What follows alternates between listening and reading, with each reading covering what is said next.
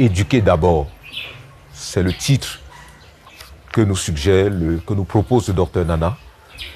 Nous sommes nombreux à nous interroger, à dire que nos valeurs disparaissent, que nos valeurs sont corrompues, qu'il y a une influence forte de l'Occident sur ce que nous sommes, sur ce que nous faisons, sur notre vie contemporaine. Mais parfois, on ne s'interroge pas suffisamment pour savoir ce que c'est que la valeur, ce que c'est que la tradition, ce que c'est que la modernité. C'est pour toutes ces raisons que nous avons choisi de venir rencontrer le docteur Nana pour discuter de son livre qu'il a intitulé « Éduquer d'abord ». Bonjour, docteur Nana. Bonjour. Docteur, éduquer d'abord, c'est frappant, c'est fort comme titre. Et tout de suite, j'ai envie de vous demander pourquoi. Pourquoi éduquer d'abord? Parce que nous savons que tout ce qu'on construit aujourd'hui se base sur l'éducation. Elle peut prendre toutes les formes possibles, qu'elles soient familiales, qu'elles soient académiques, qu'elles soient andragogiques, mais c'est toujours de l'éducation. Et on a l'impression qu'aujourd'hui, cette éducation est en déliquescence. Et c'est un cri d'alarme qu'on est en train de lancer. Un cri d'alarme qu'on est en train de lancer pour que chacun à son niveau, chacun selon sa situation et sa structure, essaye d'abord, comme son titre l'indique, de donner de la primauté à l'éducation. Et le reste s'en suivra. On ne peut pas faire une bonne économie si on a été mal éduqué. On ne peut pas devenir un intellectuel ou faire de la maçonnerie et tout cela si on n'a pas une bonne éducation. Je parle de l'éducation en général, de la base jusqu'au niveau de l'andragogie, qui est l'éducation des adultes. Qu'est-ce que l'éducation en général, pour situer nos téléspectateurs? Alors, l'éducation d'abord vient de deux mots latins, ducis, qui veut dire guider, orienter, et educare, qui veut dire faire croître, élever, faire grandir. Alors, dans ces deux définitions-là, nous constatons que l'éducation, c'est promouvoir et faire grandir toutes les facultés humaines, qu'elles soient intellectuelles, qu'elles soient physiques, qu'elles soient morales, qu'elles soient spirituelles. Voilà, c'est faire croire, développer en l'homme ses potentialités humaines, ses potentialités physiques, ses potentialités, en faisant le sport, c'est des potentialités physiques qu'on est en train de développer. Ces potentialités intellectuelles, à l'école on apprend des mathématiques, la géographie, ce sont des potentialités intellectuelles. Les potentialités morales, et c'est ça, sur cela qu'on va insister aujourd'hui, on a besoin d'un réarmement moral. Et l'éducation morale est faite là pour respecter les valeurs, pour apprendre que dans la vie, il y a ce qui est permis, il y a ce qui est toléré, il y a ce qui est défendu. C'est ça l'éducation morale. Et l'éducation spirituelle, on l'ignore beaucoup, mais elle apporte beaucoup aux personnes, surtout dans des moments difficiles. Quand on n'a pas où s'accrocher, l'éducation spirituelle est très importante. Le drame de notre monde, c'est qu'on veut faire une éducation parcellaire, partiale. C'est-à-dire qu'on veut se limiter soit à l'éducation intellectuelle, on veut former des génies au niveau cérébral, au niveau cognitif, et on abandonne toutes les autres dimensions. Et quand nous avons des crises au niveau cognitif, on ne peut pas se replier vers les autres dimensions, parce que l'homme est un tout. Il faut dépasser ce dualisme platonicien qui croit que l'homme est seulement corps et âme. Voilà. Aujourd'hui, l'homme, c'est l'homme intégral. Vous pouvez avoir des problèmes que vous ne pouvez pas résoudre au niveau cérébral. Alors, si je vous explique de m'expliquer l'amour au niveau cérébral, ça sera très compliqué pour vous.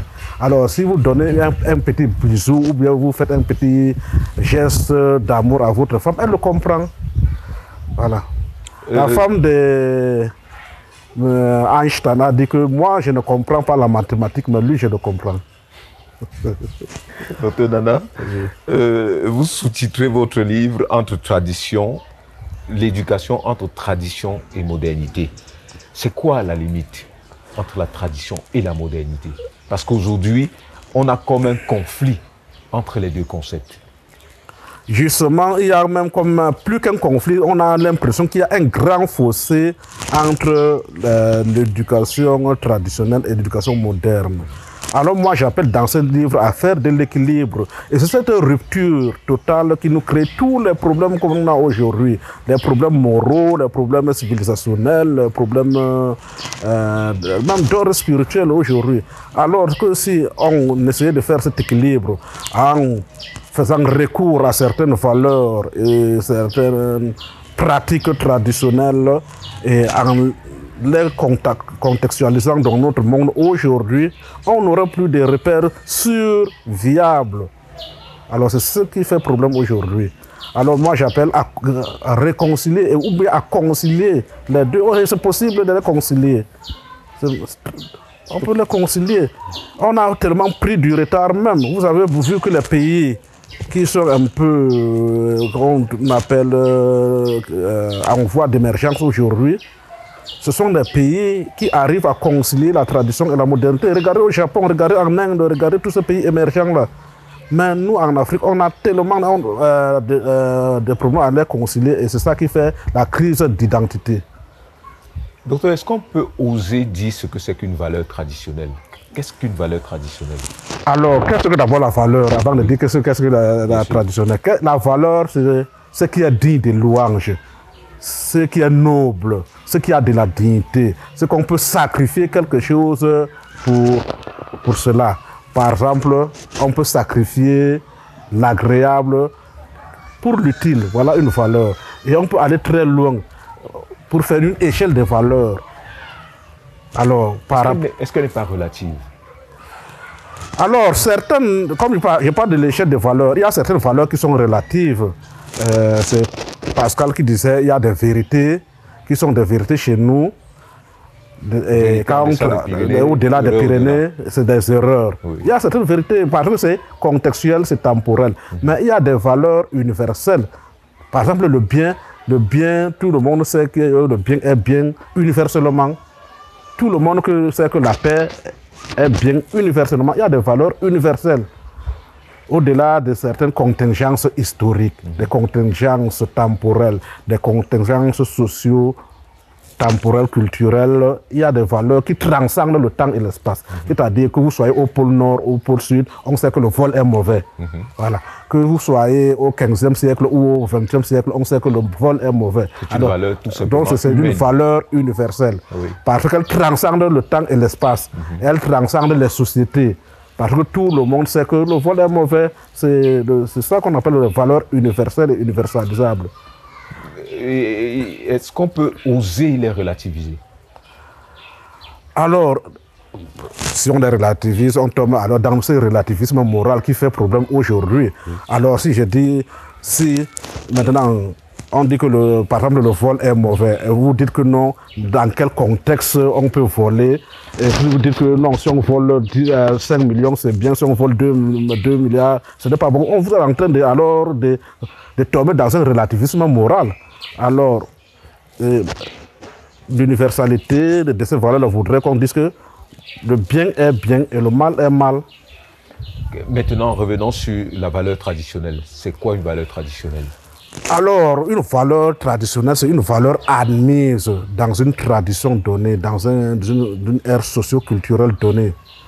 On a apprécié cette valeur-là et dans l'éducation, il y a des patterns.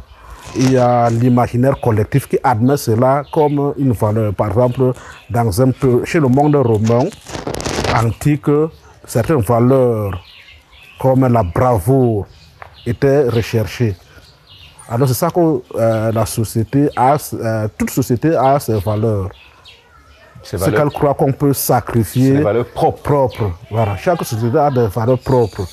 Maintenant, parmi ces valeurs propres à une société donnée, on peut retrouver ces mêmes valeurs dans beaucoup de sociétés et peuvent même devenir universelles. Alors, voilà. Donc, est-ce que les valeurs traditionnelles peuvent bouger? Est-ce qu'elles peuvent changer? Oui, j'ai dit que les valeurs traditionnelles, même comme la tradition change, quand une tradition est fermée et close sur elle-même, elle va se perdre, elle va mourir. La tradition est vraiment traditionnelle parce qu'elle est dynamique. Mais maintenant, le changement dans une tradition, elle est très lente parce que la tradition a peur de la révolution ou bien de l'évolution rapide. Voilà. Mais au fur et à mesure, il y a des valeurs à adopter, des valeurs à changer, des valeurs. Par exemple, je prends un peu le sens du veuvage de la femme chez nous. Le veuvage de la femme. Alors, vous savez qu'en Afrique, quand vous perdez un mari ou une femme, il y a des rites à faire. Il y a des valeurs à réaliser. Et ces valeurs-là, avant, elles étaient un peu dans le sens qu'on disait de la brimade de la femme, de la punition. Sinon, on n'a pas compris le contexte psychologique, socio-culturel. Alors, on peut supprimer ce qui ne va pas dans le sens de la dignité de la femme et garder certaines choses qui sont bonnes encore au moment aujourd'hui, parce que nous sommes à l'heure où tout le monde parle de dignité de l'homme. Par exemple, il y a des veuves où on l'amenait soit à un cours d'eau et on faisait toutes sortes de mauvaises pratiques. On peut s'en passer de cela. Parfois, on lui faisait coucher à terre avec la natte et tout cela. On peut s'en passer de ça. Mais qu'est-ce qui est important dans ces rites et dans cette tradition qu'on peut garder et qui peut être valeur pour les familles et pour la contrée? Donc c'est intéressant. Qui pose la question? Qui fait changer? Est-ce que c'est le fruit d'un consensus social parmi ceux qui sont concernés par cette tradition? Ou alors ça peut être une influence extérieure? Alors, je dis qu'il y a beaucoup d'événements ou bien de réalités qui changent les valeurs. Par exemple, la rencontre avec d'autres sociétés. On peut voir que les autres font de cette manière. Nous aussi, on peut changer de cette manière. Il y a l'environnement spatial, il y a l'environnement historique. Par exemple, certains chefs, certaines autorités qui s'assiedent et changent doucement certaines choses. Voilà. Docteur Nana, quelle est la fonction, vous en parlez d'ailleurs dans le livre, la page 28, quelle est la fonction de la tradition? Alors, la tradition a plusieurs fonctions, vraiment plusieurs fonctions. La tradition a d'abord une fonction sociale. Fonction sociale dans le sens que elle fixe, comme je l'ai dit, ce qui est toléré, ce qui est permis, ce qui est défendu. Donc de manière, quand vous grandissez dans cette culture, vous avez déjà un pattern, vous avez déjà des ancrages psychologiques, des ancrages sociaux, que telle chose on ne le fait pas. Donc c'est des références elle est organisationnelle, elle est référentielle. Voilà. Alors si on n'arrive pas à se fixer quelque chose, on dit on a toujours fait au village, on faisait comme ça, nos ancêtres faisaient comme ça, nos parents faisaient comme ça. Elle est d'abord référentielle. Et aujourd'hui, on manque de références sûres. C'est pourquoi, vous voyez, aujourd'hui, les enfants qui ont grandi en ville manquent de références sûres. Parfois, dans un monde où on leur présente plusieurs références à la fois, ils ne savent pas quelle est la référence la meilleure. Voilà. Docteur, si l'argument c'est nos parents faisaient comme ça, est-ce que ça tient rationnellement pour pouvoir consolider une tradition? Oui, ça tient déjà. Parce qu'il faut se baser sur quelque chose pour changer. Donc il faut partir de là. Nos parents faisaient comme ça maintenant. Qu'est-ce qui peut être modifiable? Qu'est-ce qui peut être changeable? Comme on disait, qu'est-ce qui est relatif dans ce qu'ils faisaient? Dans quel but? Il faut d'abord voir dans quel but ils ont fixé cela. Et qu'est-ce qu'on peut améliorer? Je prends un exemple. Dans nos traditions, il y a ce qu'on appelle les discriminants alimentaires. Par exemple, si tu n'es pas initié, tu ne manges pas la vipère. Il faut chercher à comprendre pourquoi déjà les parents le faisaient. Alors, moi j'ai essayé un peu de comprendre parce qu'on voulait, limiter la gourmandise chez les jeunes. Alors, on frappait cela de tabou pour que les jeunes ne soient pas amenés rapidement à manger n'importe quoi, n'importe où. Même chez les belles filles, dans une de mes traditions, les belles filles ne devraient pas manger n'importe quoi parce qu'elles peuvent aller dans la belle famille et montrer un peu de facilité à la gloutonnerie et ça fait la honte de la famille. C'est pourquoi on a frappé certains repas discriminatoires pour certaines personnes. Alors, quand on dit c'est pour les jeunes, c'est parce que on croit avec l'âge, vous avez atteint une maturité certaine et vous pouvez vous permettre certains repas. C'est bien intéressant, voilà. Mais est-ce que le fait de ne pas accompagner l'interdit de l'explication, quitte à ce que même le concerné sache pourquoi est-ce qu'il ne doit, ou bien pourquoi est-ce qu'il doit, est-ce que ce n'est pas un problème pour eux? Oui, c'est un problème réel. Pour eux, ça ne posait pas de problème. Mais aujourd'hui, nous sommes dans un contexte un peu qu'il faut chercher d'abord à comprendre les choses, chercher à comprendre. Mais on peut toujours l'expliciter. Au village, on a des gens qui l'expliquent. Et vous-même, en tant que chercheur, un peu l'expliciter. Mais pour les parents, ils frappaient ça d'un tabou. Vous savez, quand quelque chose est interdit, quand il y a un tabou sur cela, ça fait plus craindre que quand vous donnez les explications. Ça a une dimension préventive. Voilà. Par exemple, on dit que si vous mangez de telles viandes, vous aurez le bouton. Vous aurez le bouton. Alors, le simple fait de le dire, vous avez déjà mis dans votre cerveau, vous n'arrivez pas à manger. Mais si on vous explique que maintenant, si vous allez manger, vous avez des boutons parce que aujourd'hui, peut-être, on a, avec la perte du sens du sacré.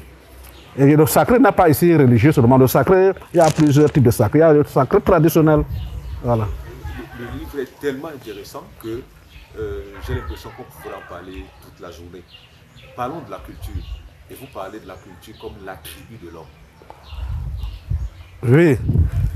La culture, c'est ce qui nous raccorde à notre monde. Une personne ne peut exister sans culture. Parce que quand il naît déjà dans une culture, c'est la culture qui l'accueille. Il grandit dans une culture avec les paradigmes déjà constitués dans cette culture-là. Donc l'homme est un être essentiellement culturel. Et même par notre... je peux dire par notre création, ou bien pour ceux qui n'aiment pas le mot création, par notre essence, par notre existence, nous sommes déjà des êtres culturels. C'est-à-dire, notre essence, est parce qu'elle va changer, elle va muter, est déjà culturelle. C'est la différence qui fait de l'animal à l'homme. Par exemple, vous allez voir que les abeilles, depuis les temps anciens, construisent de la même manière, font tout de la même manière, construisent la ruche, font le miel de la même manière. Ce n'est pas l'homme. L'homme, il projette. Par exemple, bâtir ce bâtiment, un architecte a projeté, il a conçu avant de le faire. L'abeille ne le fait pas, parce qu'on a cette dimension de la dynamicité, dynamique, dans notre essence déjà. Et c'est ça qui fait notre être culturel. Alors, c'est-à-dire que l'homme naît comme un vase ouvert, un récipient vide qui va accueillir les éléments que la culture voudrait qu'il accueille, que la culture lui donne.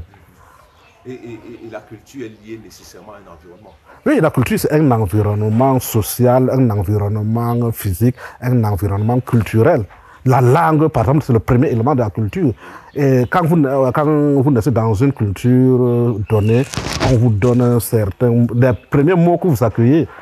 C'est toute une conception, c'est une vision du monde. Voilà. C'est une manière de faire. Voilà. Et la culture d'abord, c'est quoi? C'est la manière de penser, de croire, de faire, de fabriquer, de prier, propre à un peuple donné. Vous faites bien de parler des langues. Comment est-ce que vous appréciez la progressive disparition des langues en Afrique, par exemple? Alors c'est dommage. J'ai suivi un document de l'UNESCO qui est en train de dire que si on ne fait pas attention, certaines langues, chaque 3 jours ou chaque 6 mois, une langue est en train de disparaître dans le monde. Vous savez, aujourd'hui, on a besoin tellement de langues qui devraient faire les richesses. Je vous ai dit tout à l'heure, toute langue porte une vision du monde. Toute langue porte une manière de faire, une manière.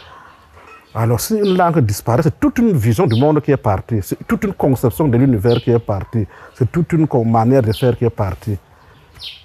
Avec ce que cette langue a hérité depuis des siècles. Alors, devant cette acculturation moderne, moi je pense que ça a un peu commencé ici chez nous. Ils ont commencé par le trilinguisme progressif, c'est-à-dire dans chaque localité, on adopte 2 ou 3 langues. Bon, il faudrait aller très loin. De manière, même si on a une langue nationale, comme certains pays ont réussi à le faire, qu'on préserve les langues locales. Vous pouvez dire quelque chose en mathématiques très simple qu'un enfant de l'école maternelle peut comprendre, si vous le parlez en votre propre langue. Mais par exemple, vous avez choisi de parler en une langue étrangère, il faut d'abord qu'il ait le vocabulaire pour comprendre cela, qu'il ait un niveau supérieur pour comprendre même la phrase, qu'il ait tous les paradigmes mathématiques. Alors ça devient très compliqué. Alors que si vous le dites en une langue, une ligne qui s'avance devient, des points qui s'avancent devient une ligne. C'est très simple. Nous avons défini la valeur, nous avons parlé de la valeur traditionnelle, maintenant parlons de la valeur moderne. Est-ce qu'il existe des valeurs modernes? Est-ce que les valeurs modernes sont une conséquence des valeurs traditionnelles ou tout simplement c'est des valeurs qui surgissent comme ça à un moment donné de l'histoire et qui s'imposent comme des valeurs balayant derrière elles toutes les anciennes? Oui, aujourd'hui il y a des valeurs modernes. Je veux dire d'abord il y a plusieurs types de valeurs. J'ai parlé de valeurs traditionnelles. J'ai parlé de simples valeurs humaines. Par exemple, quand vous apprenez la politesse à un enfant, le travail bien fait, c'est une simple valeur humaine. Voilà. Il y a des valeurs civiques. Quand on dit qu'un citoyen doit s'arrêter devant un drapeau, c'est une valeur civique. Voilà. Il y a des valeurs sacrées, comme j'ai parlé de la religion. Par exemple, il faut respecter telle loi de la religion. C'est des valeurs religieuses. Voilà. Il y a des valeurs, et je reviens sur ça, de la modernité, c'est des valeurs entrepreneuriales qu'on retrouve dans le monde des entreprises. C'est les valeurs dites aujourd'hui civilisationnelles. Mais le drame est que beaucoup de ces valeurs-là sont des pseudo-valeurs et ça va en contradiction avec nos patterns, nos manières de faire traditionnelles. Et c'est ça qui crée un peu problème. Il y a tellement de pseudo-valeurs aujourd'hui. Et c'est cela qui cause problème. Est-ce que ce qui est donné de l'extérieur comme valeur, c'est ce qui est dit, appréciable universellement? Non. Aujourd'hui, un groupe de personnes prennent par exemple l'homosexualité, le lesbianisme comme des valeurs et veulent imposer à tout le monde. Est-ce que dans nos traditions, est-ce que c'était quelque chose qui est digne d'être estimé? Je dirais non. Est-ce qu'au niveau de notre contexte spatio-temporel, est-ce que ces éléments-là étaient dignes d'être loués?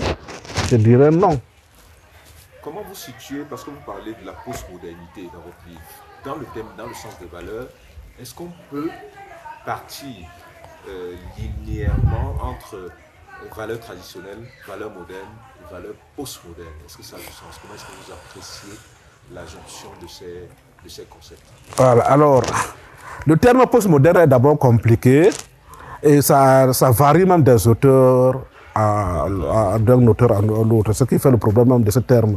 D'autres, par refus de confusion, ont voulu même éviter ce terme. Ils ont créé d'autres termes surmodernes, transmodernes. Parce que pour certains, le post, c'est un simple dépassement. Post, comme après.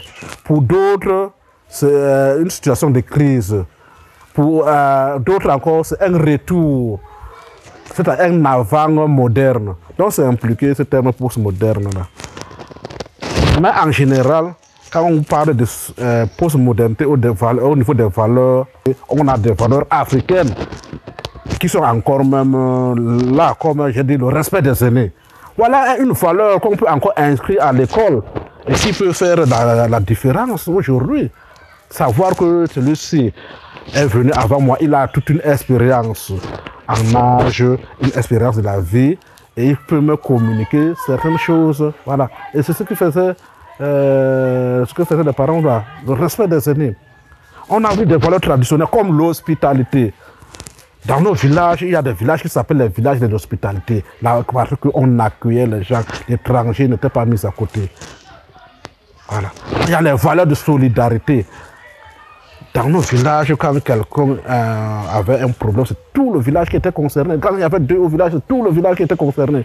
Mais la modernité, surtout le capitalisme civil qui ne vise que l'intérêt, est en train de balayer ce modèle et ces valeurs-là. Voilà. Vous parlez de l'école comme creuset des valeurs. L'école comme le creuset des valeurs. Comment est-ce que vous conciliez valeurs traditionnelles et valeurs modernes dans cette école? Alors, j'ai parlé de l'école comme creuset des valeurs dans l'école traditionnelle, l'école classique. Parce que l'école classique traditionnelle est essentiellement valeur. C'est ce que Olivier Reboul me le dit même. On vient à l'école pour apprendre quelque chose de plus. Et le fait d'apprendre plus même est déjà une valeur. Et vous vous souvenez, même dans nos écoles, quand on disait la maîtresse a dit que, mais c'est une parole d'évangile. La maîtresse a dit que c'était une parole d'évangile. Donc l'enseignant était la référence au village. L'enseignant était le modèle du village. Aujourd'hui, cette référence est balayée par les masses médias, soit la télévision, par des clubs, des amis, par le quartier, la rue. Aujourd'hui, il y a d'autres références. Quand un enfant revient de soi, il y a 5 références. Il y a son enseignant qui a été la référence, son ami du quartier qui a une référence, ce qu'il a appris à la télévision qui a une référence, les parents qui sont des... Finalement, il ne sait quoi choisir dans toutes ces références. Voilà. Donc, quelque chose de très important dont on ne va pas expliquer, c'est l'écologie que vous mettez en scène. Oui, l'écologie que j'aime, nous sommes d'une civilisation de l'écologie. Tout le monde parle écologie aujourd'hui. Mais ce que je veux dire, même dans les valeurs là, traditionnelles, là, l'écologie était considérée comme une très grande valeur parce que l'Africain vivait en harmonie avec la nature. Alors, quand il partait tuer une bête, c'était seulement pour manger, ce n'est pas au niveau industriel aujourd'hui. Quand il coupait les arbres, c'est seulement pour faire le bois qui est tombé. Et c'était pour faire le feu et il vivait en harmonie. Aujourd'hui, la coupe du bois est devenue industrielle. Et les effets de pollution et les effets de serre aujourd'hui, tous les problèmes environnementaux et écologiques qu'on a aujourd'hui, c'est parce que on a perdu cette dimension de vivre en harmonie avec la nature. La nature est sacrée et spirituelle chez l'Africain. Parce que c'est là qu'il trouve son monde de spiritualité, son monde de sacré, son monde d'harmonie, son monde de raccordement, que ce soit spirituel ou intellectuel. Docteur Nana, le téléspectateur qui nous regarde va certainement se demander comment est-ce qu'on fait avec les exigences actuelles et la préservation de l'environnement. Quel est le choix qu'on fait? Alors, le pape François, il a écrit un très bon livre qu'on appelle Laudato Si. Loué sois-tu Seigneur. Il développe même toute une pédagogie et une spiritualité écologique. Et chacun à sa manière qui doit se demander si quand je coupe un arbre, je suis en train de faire du tort à l'humanité parce que l'arbre capte le carbone dans l'espace et empêche la nature de s'échauffer. Voilà. Alors, chacun à son niveau doit planter les arbres, planter le jardin. Chacun à son niveau doit faire un petit jardin. Chacun à son niveau devrait faire l'effort de ne pas gaspiller l'eau. En pensant que quand je gaspille de l'eau ici, c'est mon voisin ailleurs qui manque d'eau. Et surtout aux organismes internationaux, aux grandes firmes qui polluent l'espace. On leur rappelle cela, attention. Nous sommes en train de passer au 2e degré de l'échauffement climatique, ce qui est dangereux. 2023 est l'année la plus chaude de toute l'humanité. Et c'est ce qui a créé, vous avez vu, des inondations partout, des feux, des forêts partout au Canada, en Grèce, partout dans le monde. Oui. Parce que la Terre est en train de se chauffer. Et quand la Terre se chauffe, il y a la fonte des glaciers. La fonte des glaciers continue l'effet avec des inondations. Et ça crée des inondations. Et ça, quand la mer se chauffe, elle crée des grandes pluies diluviennes. Voilà. Et c'est ça qui crée tous les problèmes écologiques aujourd'hui. Vous parlez des valeurs universelles et universalisables. Parlez-nous-en. C'est-à-dire que vous pensez qu'il y a des valeurs qui sont universelles, et j'ai envie de dire a priori, et des valeurs qui sont universalisables. Bon, les valeurs universelles, on le trouve même au niveau anthropologique. Je vous ai dit que tout le monde sait que le bien est bien et que le vol est mauvais. Pour ceux qui sont religieux ou chrétiens, on trouve les 10 commandements dans la Bible qui sont des valeurs. Si vous prenez les 10 commandements, là, ne faites pas du mal à autrui. C'est une valeur qu'on peut trouver sur toute la terre. On appelle même cela la règle d'or. Alors, il y a certaines valeurs comme la paix, qui est une valeur recherchée. Partout, tout le monde, personne ne veut faire chaque jour la guerre. Même quand tu fais la guerre, c'est pour gagner un bien. Tu dis que tu vas te reposer, tu vas être en paix pour jouir de ce bien. Finalement, on recherche la paix. Donc il y a des valeurs, les droits de l'homme aujourd'hui qui sont des valeurs universelles. Tout le monde sait que l'homme est un être de droit et qu'il ne faut pas violenter sa dignité. Voilà une valeur. Si on respecte le droit de la personne humaine, c'est une valeur universelle. Et cette valeur universelle, même de nos cultures, si tu respectes ton frère, tu peux vivre en paix parce qu'il va te respecter. Voilà. L'un des concepts que vous mobilisez, c'est la violence. Et si j'ai bien envie de m'interroger à la source de cette violence-là, est-ce que c'est la rencontre entre la tradition et la modernité qui crée la violence, ou alors elle est intrinsèque en l'homme? Alors, la violence, comme je l'ai dit, il y a beaucoup de paramètres qui interviennent dans la violence. La violence est déjà anthropologique, c'est-à-dire en nous, il y a des formes de violence. Oui. Saint Paul dit qu'il y a des péchés que je m'efforce de ne pas faire et que j'arrive quand même à faire. Donc, cette violence comme un combat en nous-mêmes pour nous dépasser, c'est déjà une forme de violence. Oui. Et pour nous sacrifier, pour ne pas créer du tort à autrui. Voilà. Maintenant, dans cette violence anthropologique-là, il y a des formes de violence sociétale. Aujourd'hui, qui créent des conflits. Voilà. Il y a des violences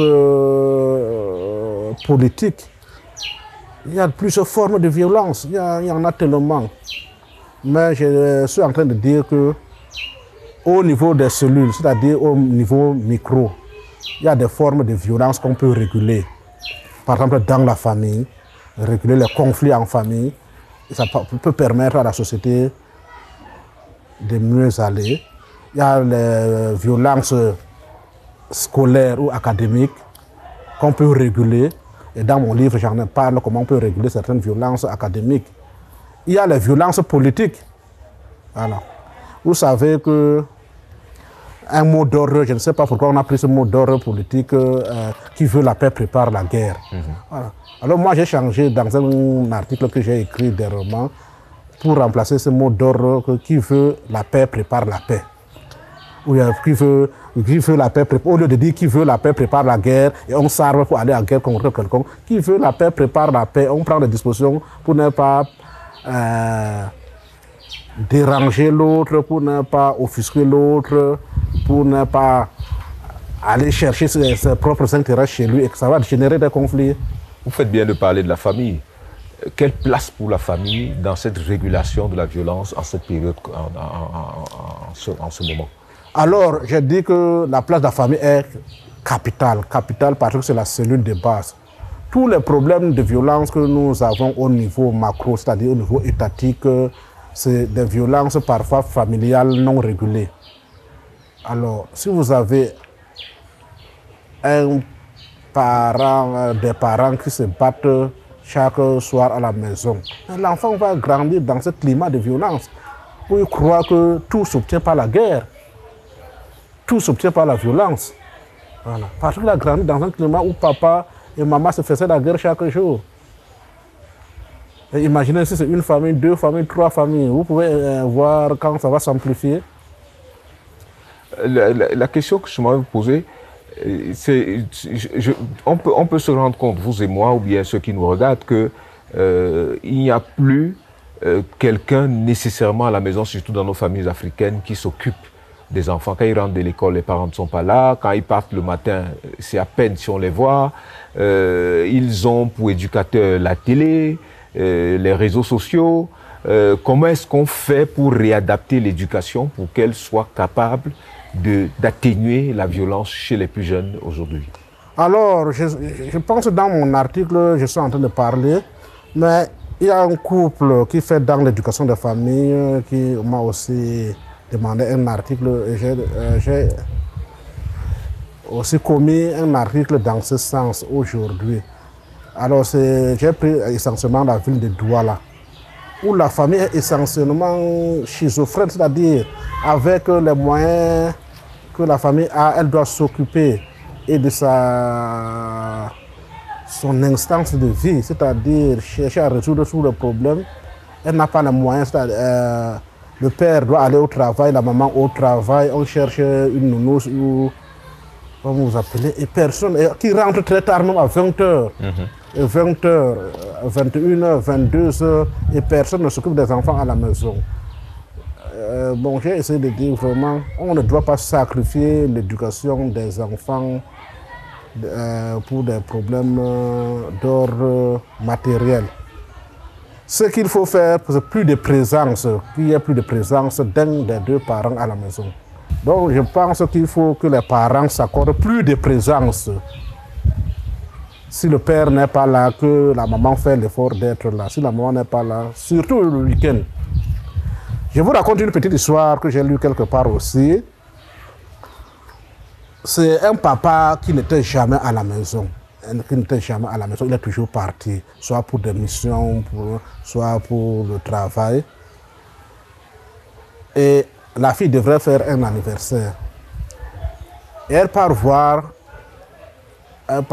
la maman pour lui donner. Elle demande d'abord à son père combien te coûte une journée de travail, ou bien quand tu travailles comme ça. Son père lui dit en moyenne c'est 3500. Et le lendemain, elle part dire à maman, est-ce que tu peux me donner 3500, j'ai un problème. La maman dit, mais tu n'as jamais demandé l'argent, qu'est-ce qui se passe? Le lendemain, elle part tellement insister pour demander les 3500 et la maman lui donne. Et elle part donner les 3500 pour donner à son papa, pour dire, papa, demain c'est mon anniversaire, voilà les 3500, si tu peux au moins rester cette journée à la maison pour moi. Vous voyez, c'est une fille qui ne bénéficie pas trop de la présence du père. Elle a besoin qu'au moins le père reste à la maison. Et ce jour-là, le père a compris qu'il fallait qu'il reste au moins à la maison, que sa présence est nécessaire. Aujourd'hui, on a besoin de cette présence. La nature a horreur du vide. Si vous n'êtes pas présent à la personne, une autre personne va vous remplacer. Ce sera les amis du quartier, ce sera les oncles, ce sera les tantes, avec tous les dégâts que ça peut causer. Pour que les téléspectateurs qui nous regardent n'aient pas l'impression qu'on est en train de faire un coup de morale, peut-être qu'ils ignorent la réalité, comment est-ce qu'on fait, Dr Nana, dans une période comme ceci, où on est à la pression du loyer, on a la pression de la maladie, on a l'exigence au travail, on a la pression de la scolarité des tout-petits, des enfants, la pression du carburant, la pression de l'eau, l'électricité, le gaz et tout ce que vous pouvez imaginer. Comment est-ce qu'on fait pour rester à la maison, structurer son cadre de vie de manière à ce que les enfants soient pris en compte avec efficacité? Est-ce que c'est de la responsabilité uniquement des parents ou alors l'État devrait prendre des dispositions pour que ceci soit fait? Bon, tout le monde a sa responsabilité, chacun à son niveau. L'État devrait d'abord créer le cadre pour que nous ayons un niveau moyen de vie. Mais vous savez que dans nos pays, l'État a démissionné, malheureusement, l'État a démissionné. Les tâches régaliennes, l'État n'assure plus les tâches régaliennes. Alors tout cela revient maintenant au niveau de la famille, qui devrait s'organiser et dire que le matériel ne résout pas tout. Il y a l'éducationnel, il y a le spirituel et tout cela. Il faut que je m'organise à vivre modestement, mais en donnant de grandes valeurs à mes enfants. Ouais. Il ne s'agit pas d'aller chercher des millions à gauche, à droite. Tu peux même aller à la recherche de l'argent, être en mission chaque jour et sacrifier les enfants. Et tu auras construit quoi après? Tu peux aller dans des missions à gauche, à droite, avoir beaucoup de millions. Moi, je connais un papa qui était au Canada. Il est parti très jeune. Il a parti une vie de dure épreuve là-bas, mais qui regrette aujourd'hui parce que les enfants qu'il a donnés au niveau académique, une bonne éducation, sont devenus soit des gays, soit des lesbiennes. Et il est en train de mourir vraiment dans l'âme parce qu'il est en train de souffrir terriblement. Il ne comprend pas pourquoi. D'abord, il a immigré son pays pour venir chercher beaucoup d'argent au Canada.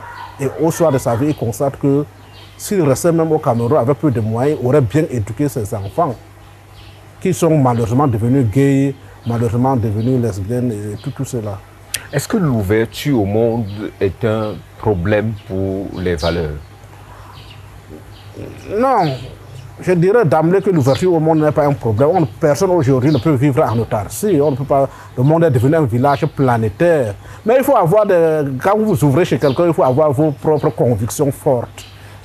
Vous ne pouvez pas aller dans cette ouverture au monde en perdant de votre identité, en perdant de ce que vous êtes. Vous serez acculturé. Et c'est ce qu'on est en train de subir aujourd'hui, l'acculturation totale. Docteur Nana, comment est-ce qu'on fait pour avoir des convictions fortes, pour avoir une identité dans un contexte comme celui-ci? Quelles sont les sphères de responsabilité? Les convictions fortes, c'est au niveau personnel, au niveau familial, au niveau de notre société minimale, qu'il faut avoir ces convictions. Par exemple, chacun peut avoir ses grandes convictions. Ces grandes convictions. Et c'est ces grandes convictions-là qu'on doit aller vers autrui. Dans ce rendez-vous de donner et de recevoir, là, avec ces grandes convictions. Par exemple, je peux dire ma conviction, c'est que ma sexualité est sacrée. Et on ne fait pas n'importe quoi avec le corps humain. C'est ça ma conviction. Ma conviction peut être que, comme je l'ai dit, le respect des aînés, la solidarité, le sens de la famille. Il y a beaucoup de convictions fortes qu'on doit avoir. Et ne pas se diluer dans l'universel. Attention à cette dilution dans l'universel. Et la question justement, c'est quelles sont les sphères de responsabilité? Qui fait quoi? Parce que ces valeurs ne sont pas des valeurs, je ne pense pas que ce soit des valeurs acquises. C'est des valeurs qui sont transmises. Quel est le rôle des parents? Oui, j'ai dit que le rôle des parents, c'est de transmettre à leurs propres enfants des convictions fortes familiales. Et j'ai parlé de ces convictions-là, de la famille. Le sens de l'autre, le sens de la politesse, le sens de la solidarité. Ça, c'est des convictions familiales. Je connais des parents qui disent que quand je ferme à 20 heures, personne ne sort, personne n'entre. Voilà une conviction. C'est pour discipliner les enfants. Et si les enfants ont grandi dans cette conviction-là, plus tard, ils seront disciplinés. Même quand ils seront mariés, ils savent qu'à 20 heures, je dois être chez moi. Voilà des convictions qu'on doit avoir. Le rôle de l'école? Alors, l'école a tellement un grand rôle. Dans le livre, je parle de réinventer notre système éducatif en les ancrant plus sur les valeurs. Vous savez que l'homme n'est pas seulement ce qu'il fait, ce qu'il connaît. L'homme est ce qu'il est et ce qu'il donne aussi. Alors, d'abord, la tâche de l'école aujourd'hui, malheureusement, cette école aussi, elle est surchargée, elle a ses propres problèmes et difficultés.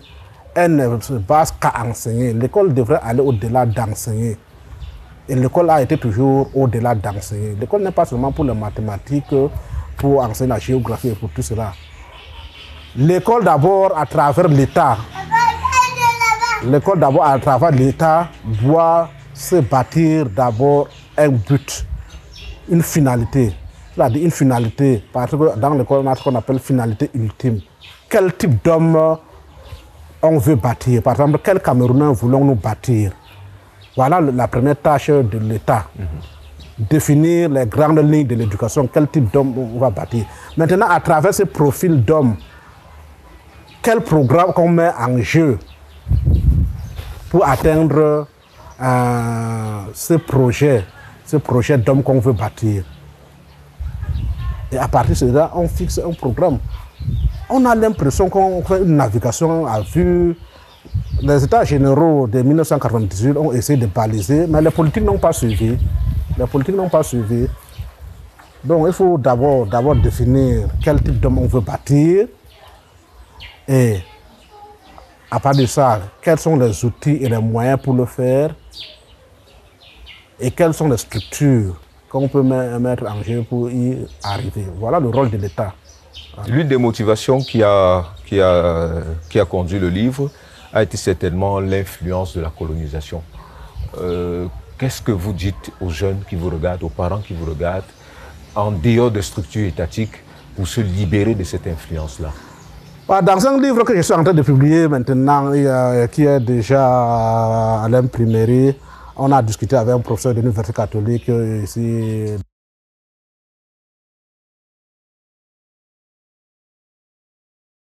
Africain, François Fanon a dit qu'on l'a atteint par la tête. Parce qu'il a été atteint par la tête, il croit que tout ce qu'il fait est mauvais. C'est ce qui vient seulement de l'extérieur de chez le blanc qui est bon, beau et vrai. Il faut arriver à cette décolonisation de l'esprit. Je pense que c'était les réseaux sociaux, au lieu de nous donner ce qu'ils nous donnent chaque jour, qui nous sert chaque jour, de mauvais, de violence et parfois de tribalisme, devraient nous aider dans ce sens de la décolonisation de l'esprit. Montrer que les Africains sont aussi capables. Quels sont nos besoins aujourd'hui? Et qu'est-ce qui nous permet de répondre à ces besoins? Merci.